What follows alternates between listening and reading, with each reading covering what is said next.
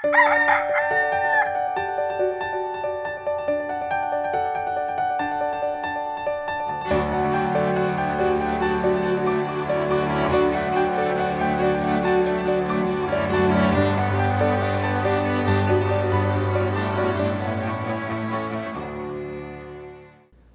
umaga po mga kaibigan.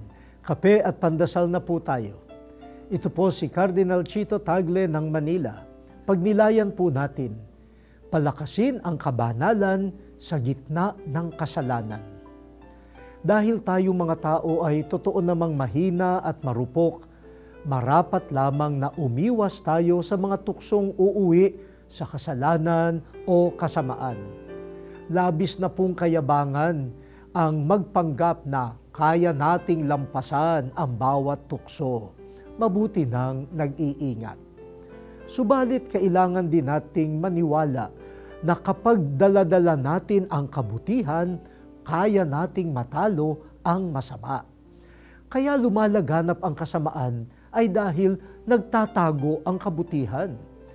Sa sobrang takot na mahawa sa kasamaan, nagkukubli ang mabuti. Manalig tayo na kung kaya tayong matukso sa masama, ang masama ay maaari rin nating akitin at talunin sa pamamagitan ng kabutihan. Kung nasaan maraming kasamaan, doon natin pag-ibayuhin ang kabanalan. O Diyos, tulungan mo kaming talunin ang masama sa pamamagitan ng kabutihan. Amen.